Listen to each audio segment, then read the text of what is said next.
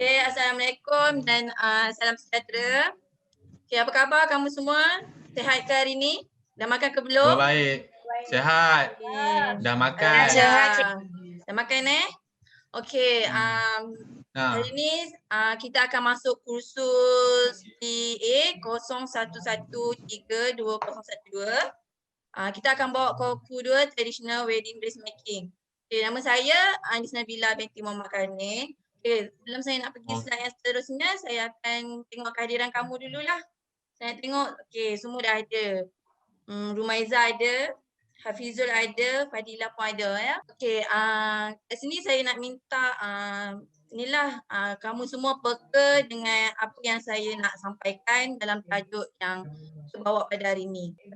Apa pun saya nak minta kamu semua berjaga-jagalah semasa di waktu pandemik ni ya. Walaupun kita belajar atas talian, jangan menganggap kita tak boleh meneruskan pembelajaran kita dan pengajaran kita pada hari ini ya.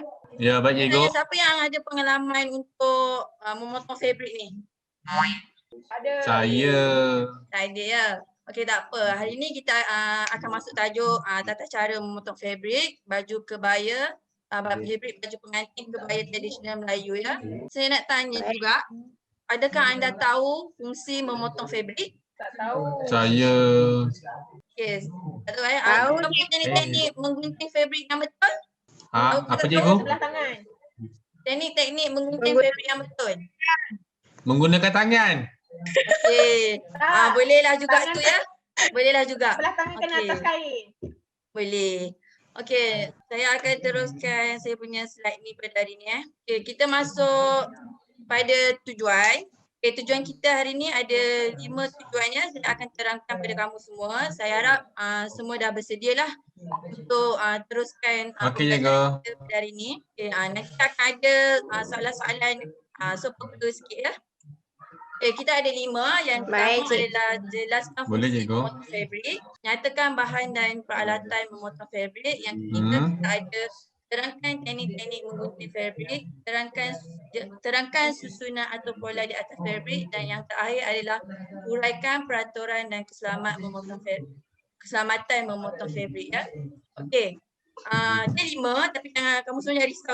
Benda ni adalah simple je sebenarnya ya, ringkas saja. Kita akan mulakan dengan pengenalan dulu.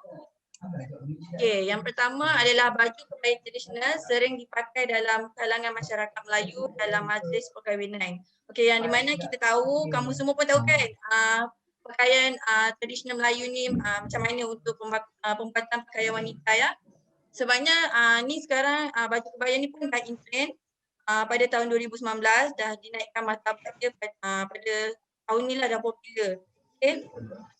Yang kedua, untuk dapatkan sepasang baju yang lengkap perlu melalui beberapa proses sebelum menjadi baju, iaitu ni sebab dah masuk tata cara memotong fabrik. So sebelum ni kamu dah belajar tentang mendah pola.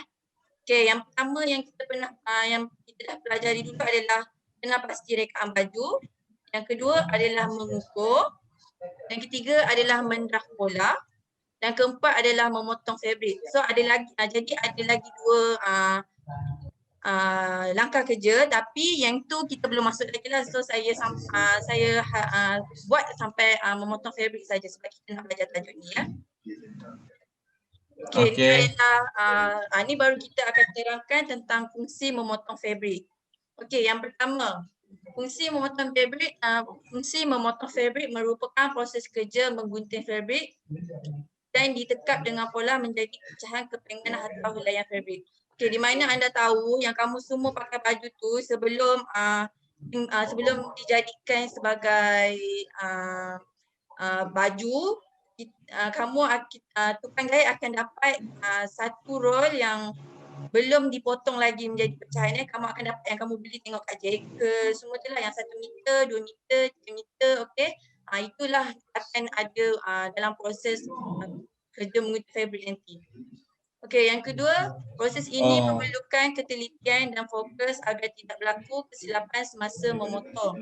Di sini saya nak tekankan kepada kamu semua, semasa proses memotong fabrik, kamu harus beri ketelitian, fokus Dan perhatianlah semasa memotong fabrik sebab kamu akan berhadapan dengan risiko yang bahaya juga.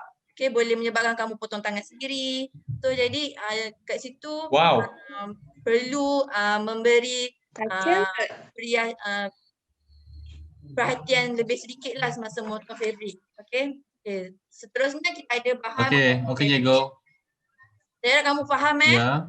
Memang yang ni agak ni tapi Faham. kita cuba sampaikan walaupun dalam keadaan macam ni. Saya harap kamu semua bersabar. Okey, bahan memotong fabrik. Yang pertama adalah pola. Okey, kamu nampak tak? Ni pola ni.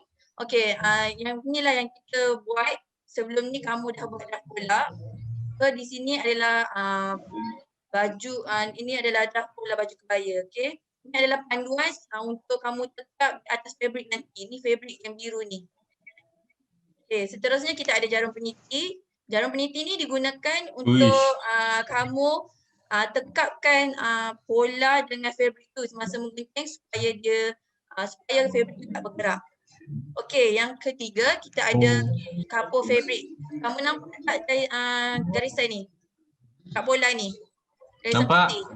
Okey, garisan putih ni adalah daripada kapur fabrik ni dia melakar di atas fabrik. Alat menanda dan untuk garisan jahitan pola dan untuk basi jahitan ya. Okay, seterusnya kita ada kertas karbon. Okay, kertas karbon ni adalah untuk menanda bahagian lapisan fabrik. Jadi semasa kamu motong fabrik, nampak tak dekat atas ni, kamu menggunakan kapur sebab sebelah bawah kamu akan menggunakan kertas karbon untuk menanda. Kita tak guna kapur sebelah bawah. Okey. Okay, ini adalah fabrik songket yang kita gunakan untuk baju kebaya, untuk baju pengantin kebaya tradisional Melayu. Jadi di sini kita akan menggunakan kain ni sebanyak 2 meter untuk membuat baju dan 2 meter untuk kain. Ini adalah corak-corak dia. Okay, dia dibuat daripada fabrik tenunan. Sangat panas So kita akan lapikkan fabrik songket tu dengan menggunakan kertas perekam. Okey, seterusnya kita ada fabrik lapik dalam. Okey, ini adalah peralatan memotong fabrik seterusnya. Okey, kita ada gunting fabrik. Kita ada pembaris. Okey, gunting fabrik ni adalah untuk memotong fabrik sahaja. Tidak boleh menggunakan gunting kertas ya. Saya harap kamu semua faham. Kamu semua faham tak? Takat ni? Faham. Okey. Saya harap kamu semua faham. Teori ni memang banyak sikit lah. Kamu kena baca, kena dengar. Harap bersabar ya. Okay, pembaris ni digunakan untuk orang panggil untuk menanda tepi pola. Kalau kamu nampak tadi pola tu panjang, kamu boleh gunakan pembaris ni untuk melakar garisan jahitan nanti. Okay, yang ketiga kita ada pembaris basi. Okay, semasa membuat garisan jahitan, basi jahitan, okay, tadi masa dekat pola tu kamu nampakkan basi jahitan tu kan. Okay, kita menggunakan ni, kita dah tak guna kita ukur, akan menyebabkan kita lambat kat situ. So, kamu semua boleh gunakan pembaris basi ni. Okay, ni meja potong. Meja potong ni pun penting sebenarnya. Kalau kamu tak ada meja potong akan menyebabkan kamu kena buat di bawah atau di atas lantai. Akan menyebabkan badan kamu agak membongkok semasa memotongnya. Sebab tu kita menggunakan meja potong yang berkaki dan permukaan dia rata. Okay, kita ada rudah suri. Rudah suri ni adalah untuk guris bahagian bawah lapisan fabrik. Di mana tadi kita menggunakan kertas karbon sekali dengan rudah suri ni sebenarnya ya. Okay, ni adalah masuk teknik-teknik menggunting fabrik. Okay, sekarang ni faham ke kamu semua? Faham. Okay, seterusnya kita akan teruskan dengan teknik-teknik menggunting fabrik. Okay, yang pertama adalah bahagian menggunting bahagian lurus. Okay, dia menggunakan mata gunting sepenuhnya untuk menggunting bahagian lurus. Okay, kejap ya. Ni kamu nampak tak ni? Ni mata gunting ni nampak tak? Dia gunting di bahagian yang lurus sahaja. Dia tidak menggunting di bahagian yang berbentuk kalau menggunakan sepenuhnya mata gunting. Okey. Untuk menggunting bahagian lengkung, okey faham sebab tu walaupun dia gunting kita ada teknik-teknik tertentu. Okey, menggunting bahagian lengkung dan bentuk menggunakan hujung mata gunting sahaja. Okey. Dan menggunting bahagian lengkung dan berbentuk menggunakan hujung mata gunting sahaja. Sini yang ni adalah menggunakan hujung mata gunting sahaja. Nampak tak gambar ni? Saya dah gerakkan cursor ni, mouse ni. Okey, nampak. Nampak. Nampak tak hujung mata ni? Dia menggunakan hujung mata untuk menggunting bahagian yang berbentuk. Sebenarnya kalau kamu menggunakan sepenuhnya mata gunting untuk melukis yang berbentuk, akan menyebabkan kamu akan terpotong lebihan fabrik yang lain. So kat situ akan ada pembaziran ataupun kesilapan memotong fabrik nantilah. Okey. Okey, cikgu. Seterusnya adalah baju pengantin kebaya tradisional ya. Ini adalah salah satu baju yang kamu pelajarilah pada hari ini. Nampak tak? Baju hadapan. Okey, ada baju hadapan, baju belakang. Okey. Ada part-part dia, bahagian-bahagian dia yang perlu kamu ambil kira, iaitu kita ada kola selendang. Dia tak seperti baju-baju biasa ya. Jadi ada lengan macam biasa, kamu semua berbaju dan ada lengan. Ada ke baju yang tak ada lengan yang kamu pakai sekarang ni? Ada kan? Okey. Saya ada. Okey, alhamdulillah ada, cuma dia pendek. Okey, kalau perempuan kita guna lengan panjang. Okey. Okey, lisu pemadam cekung ni adalah untuk bila bagi kekemasan di bahagian pinggang baju ataupun bagi sedikit cutting ataupun bentuk badan lah kat sini Okey, lepas tu kita boleh lepas tu kita ada belah kelepek. Belah kelepek ni adalah baju kebaya sahaja yang ada belah kelepek macam ni. Ini dah dipanggil baju kebaya. So dia ada baju hadapan 2 keping, baju belakang 1 keping sahaja. Ini adalah belahan dia, sini ada busang dia. So kat sini bawah dia akan ada jadi muncul tirus sedikit ya. Bawah dia akan melengkung. Okey, kita ada sahaja macam itulah. Memang agak rumit tetapi dia punya proses tu agak mudah nanti. Okey. Susunan atur pola. Susunan atur pola ni siapa yang tahu susunan atur pola? Ada siapa tahu? Susun atur pola.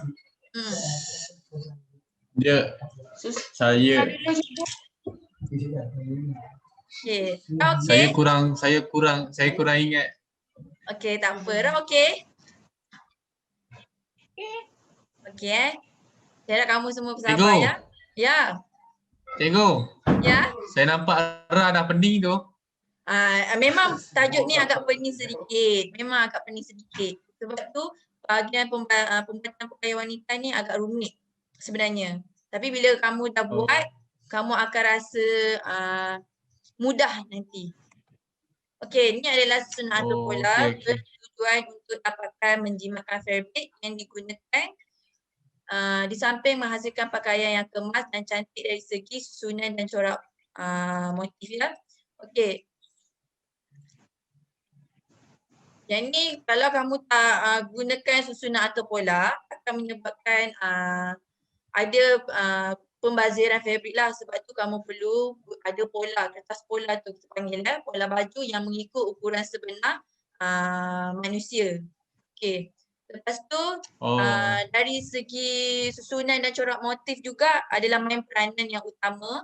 Okey, pola yang kalau corak yang kamu tahu corak tu adalah corak permukaan fabrik. Sekarang yang kamu pakai kalau banyak baju kurung ataupun baju kemeja yang jenis menegak, kamu kena letak pola tu pun secara menegak. Jangan letak pola macam ni. Hari menegak kamu letak pola macam ni. Bila kamu jadikan baju, dia tak cantik untuk dipakai ya. Dan susunan pun perlu betul. Okey.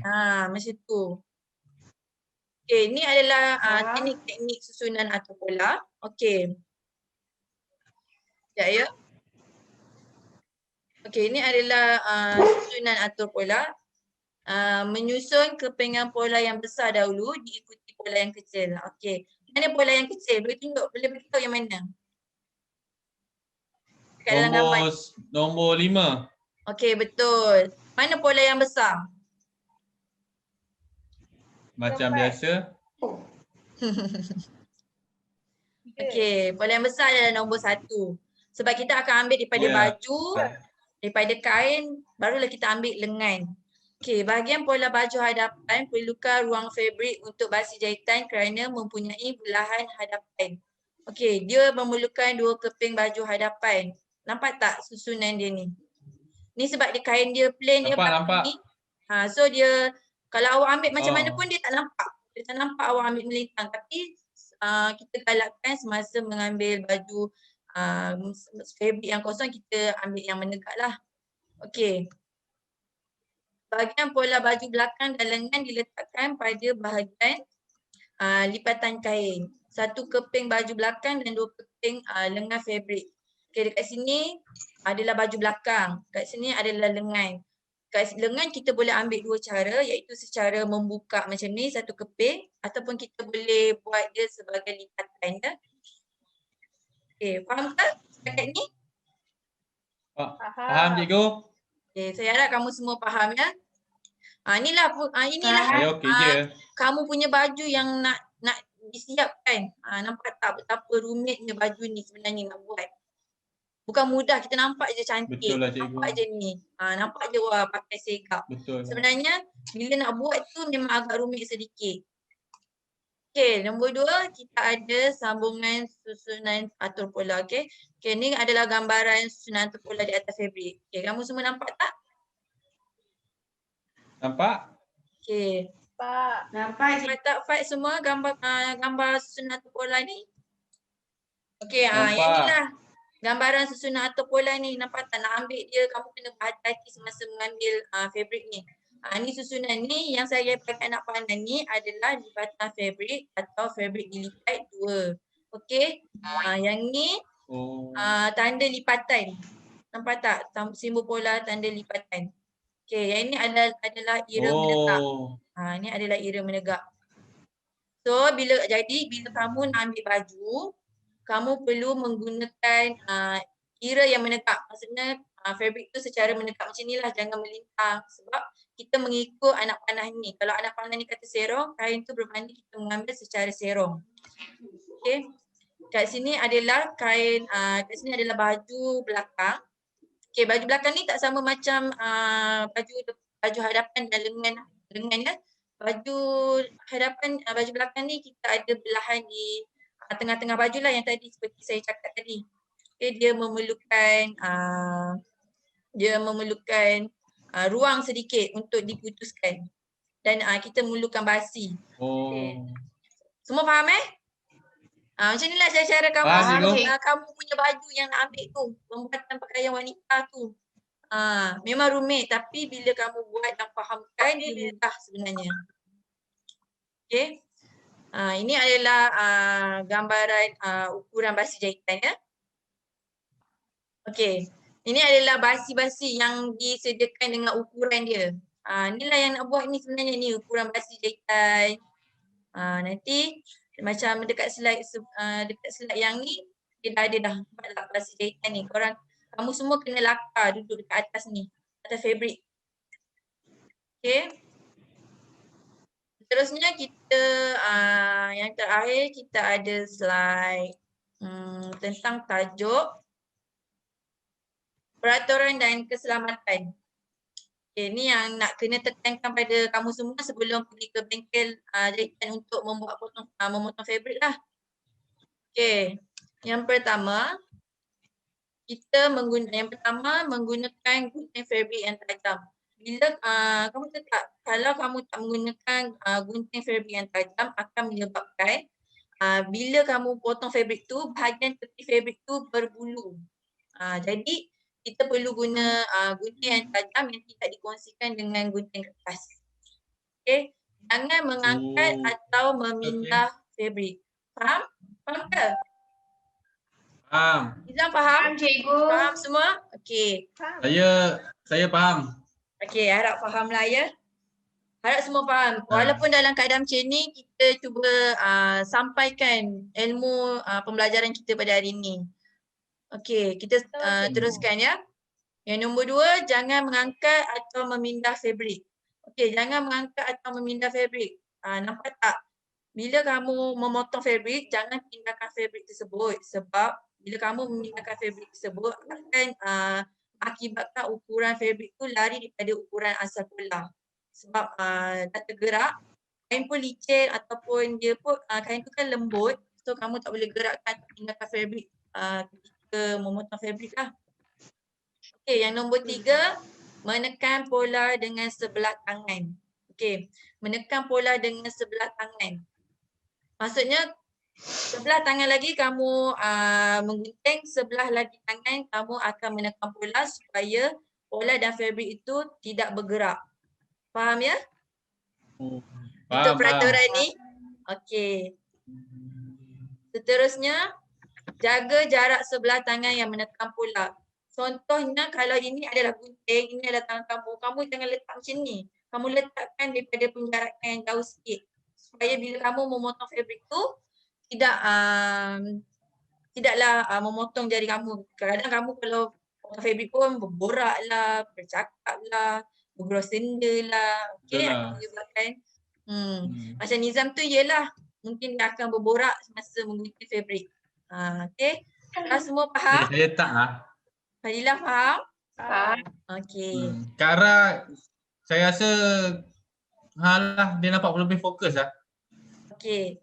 Nombor yang terakhir, pastikan gunting fabrik diletakkan di atas meja dengan betul. Okay, pastikan gunting fabrik sebabnya kamu pasti akan ada berhenti seketika semasa memotong fabrik sebab kamu akan potong ke bahagian-bahagian yang lain. Okay, dalam masa yang sama. So kamu akan jadi kamu kena berhenti.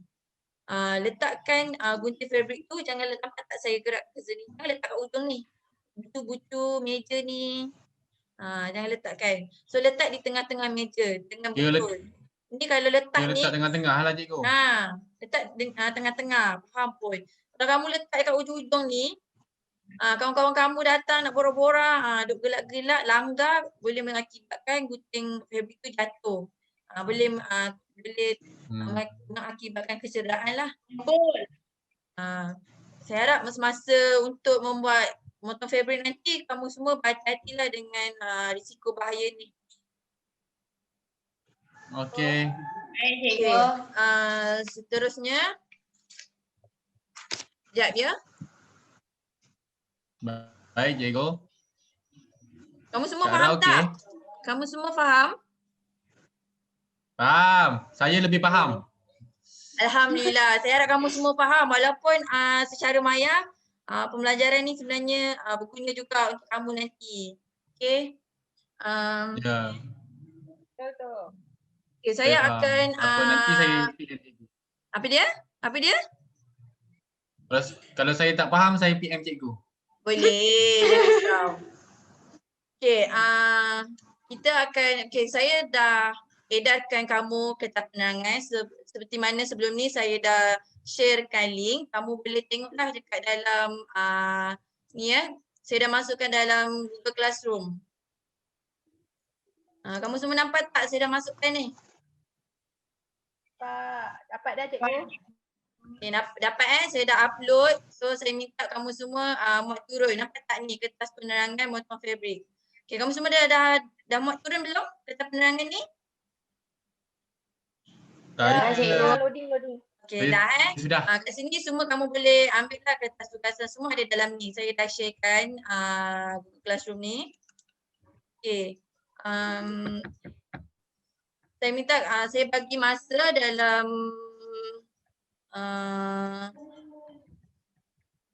3 minit untuk kamu baca dan fahamkan kertas penerangan tu ya.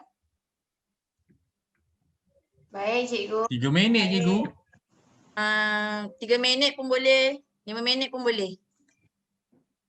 10 minit boleh cikgu? 10 minit tak boleh. Lama sangat tu. Sebab Zoom ni 40 minit je. Okey, boleh. Sila baca dan fahamkan penerangan tu ya.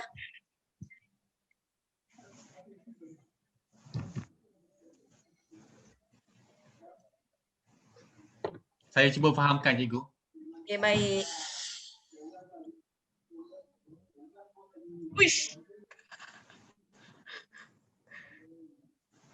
Tembus ke dalam.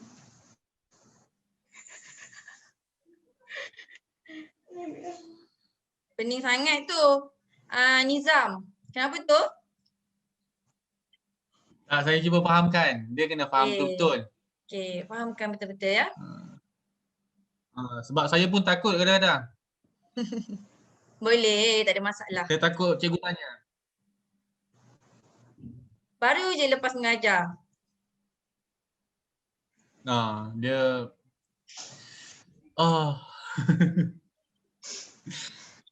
Itulah saya cuba. Okey, boleh teruskan Teruskan membaca.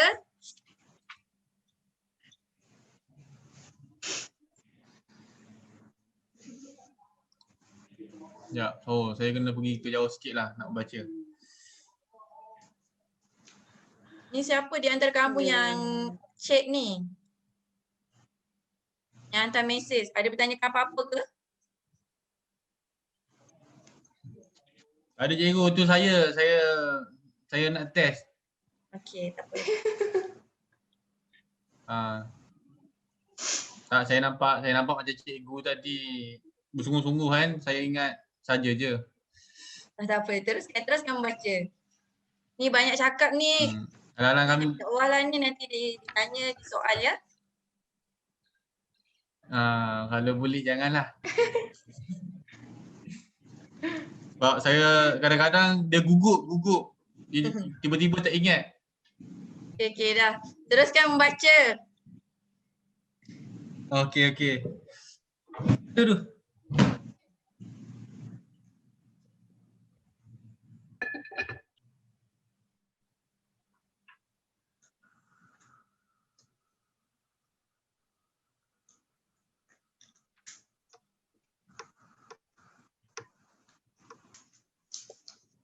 Okey, semua dah ke? Okey, dah ya. Saya akan kamu pun semua dah membaca, dah faham. Okey, jadi saya nak tanya beberapa soalan lah untuk menguji minda kamu ya. Baik, cikgu. Okey, uji minda pelatih. Yang pertama, berikan 2 jenis peralatan memotong fabrik. Gunting fabrik, cikgu. Okey, betul. Satu lagi. Meja potong, cikgu. Okey, betul. Itu adalah peralatan memotong fabrik ya. Kalau tak ada benda tu akan menyebabkan susah untuk kamu memotong ya. Terima kasih. Saya ucapkan terima kasih kepada Fadila kerana menjawab. Okey, kedua. Ya, bagus. Yang soalan yang terakhir. Senaraikan 2 teknik-teknik menggunting fabrik yang telah kita pelajari sebentar tadi. Menggunting bahagian lurus, cikgu. Betul. Okey, yang kedua. Nampak tak bijak, cikgu? Bijak. Hebat ah. Terima kasih kerana fokus dalam kelas saya. Nombor dua ni, cikgu. Saya baru ingat tadi. Menggunting bahagian melengkung dan berbentuk. Okey, betul. Terima kasih kerana menjawab soalan saya pada hari ini. Okey, terima kasih kepada Nizam dan Fadila ya. Ra okey? Ra okey ke tu? Okey, alhamdulillah. Okey. Semuanya dah jawab dengan betul. Kita akan teruskanlah dengan Cikgu, kesian dia macam sedih, cikgu. Saya pun tak pasti kenapa dia sedih. Sebab tu keadaan dia. Jangan sedih-sedih semasa pembelajaran atas talian. Tak dapat bersemuka ni memang agak macam ni sedikit. Tetapi saya harap dapat memberikan. Sarah nak makan ke? Saya tukar. Tadi kamu semua nak makan. Ni belum makan pula. Dah makan dah. Okey. Kenyang ni. Kita teruskan juga dengan ni kertas tugasan tadi saya dah edarkan. So kita ada jawab quiz. Okay, saya akan sharekan link. Baik. Link Ya, link. Okay, nampak tak saya buka chat tu? Kamu boleh klik link quiz kat sini Baik, cikgu. Okey. Baik, cikgu.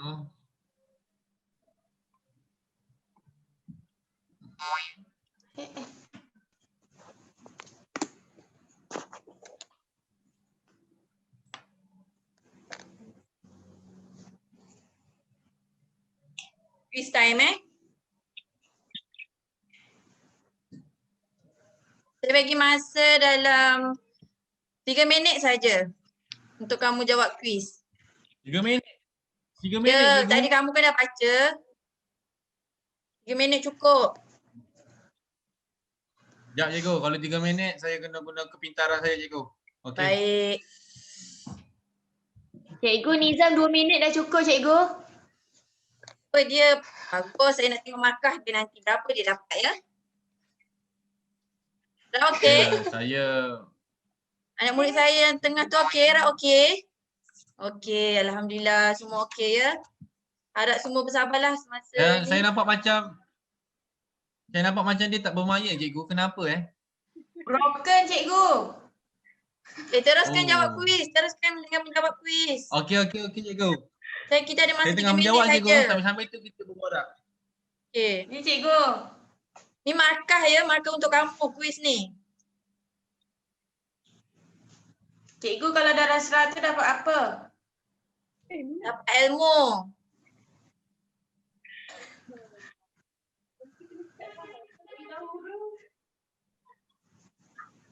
Cikgu, kalau Ya. saya dapat markah penuh, Okey. kan?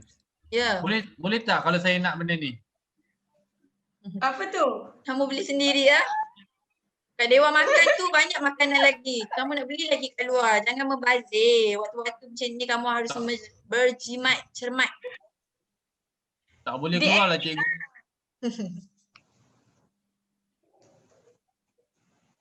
Okey. Cikgu. Semua dah jawab kuis? Cikgu. Semua dah jawab kuis? Saya bagi jawab sikit. Dah, cikgu dah siap dah. Okay, Dah, Alhamdulillah dah. semua lulus. So dekat sini kita ada 4 kesimpulan ya. Selepas kita dah buat pembelajaran, kita ada kesimpulan. Kamu pun dah jawab kuis. Okay. Yang pertama, pelatih dapat memahami simbol-simbol pola. Sebab kita dah sebab kamu dah belajar tadi kan tentang simbol-simbol pola semua. Kamu dapat memahami simbol-simbol pola. Okey, yang kedua, mahir dalam susunan kertas pola di atas fabrik dengan betul. Okey, tadi saya dah ajar tentang susunan kertas pola dengan betul ya. Saya harap kamu beri perhatianlah nanti semasa proses memotong fabrik. Okey, yang ketiga, mengurangkan kesilapan semasa memotong fabrik. Tadi pun kita dah belajar tentang susunan atur fabrik di atas pola ya. Tentang cara menggunting, teknik menggunting dengan betul, semua kamu dah belajar. Okey, mengelakkan daripada terdedah risiko bahaya. Okey, dekat sini saya pun dah ajarkan tentang jelaskan peraturan dan keselamatan memotong fabrik ya. Saya harap kamu dapat aplikasikan semua benda ni semasa di bengkel jahitan nanti. Okey, yang Okey, cikgu. okey, ini adalah slide yang terakhir. So, jadi saya minta kamu semua bersedialah selepas ni dengan tajuk baru kita iaitu tajuk tata cara menjahit baju pengantin kebaya tradisional Melayu ya. Ini adalah bab-bab menjahit ni. Okay, sedikit saya ringkaskan pada kamu semua. Tata cara menjahit baju pengantin ini adalah di mana kamu dah potong fabrik dia untuk dicantumkan kita akan menjahit. Di mana baju yang kamu pakai sekarang pun ada cantuman jahitan kan? Ada ke tak ada yang kamu pakai ke kamu tak pakai baju yang tak ada jahitan? Saya ada, cikgu. Ni. Okay, ada kan? So itu adalah tajuk selepas ni kita belajar ya. Okay, ada apa-apa soalan? Ataupun Tak ada. ataupun penjelasan Saya yang kurang setakat ni jelas? saya faham semua. Okay, Jelas. Saya faham semua, cikgu. jelas ya? Semua jelas. Macam kalau saya tak faham nanti saya PM cikgu lah. Okey, Alhamdulillah semua pun jelas. Saya harap dengan secara maya kita dapat berkongsi ilmu dan pembelajaran saya pun tercapai dan kamu pun akan melakukan aktiviti tersebut pun tercapai ya. Baik, Okey. cikgu. Dengan ini saya tamatkan saya punya pengajaran. Dengan sekian terima kasih. Assalamualaikum. Terima kasih cikgu. Sama saya harap semua Jumpa okey ya. lagi. Terima kasih kerana memberi Okey. masa, meluangkan masa untuk tajuk kita pada hari ini ya. Okey, saya okey je. Saya nak inkan saya meeting ya. Assalamualaikum.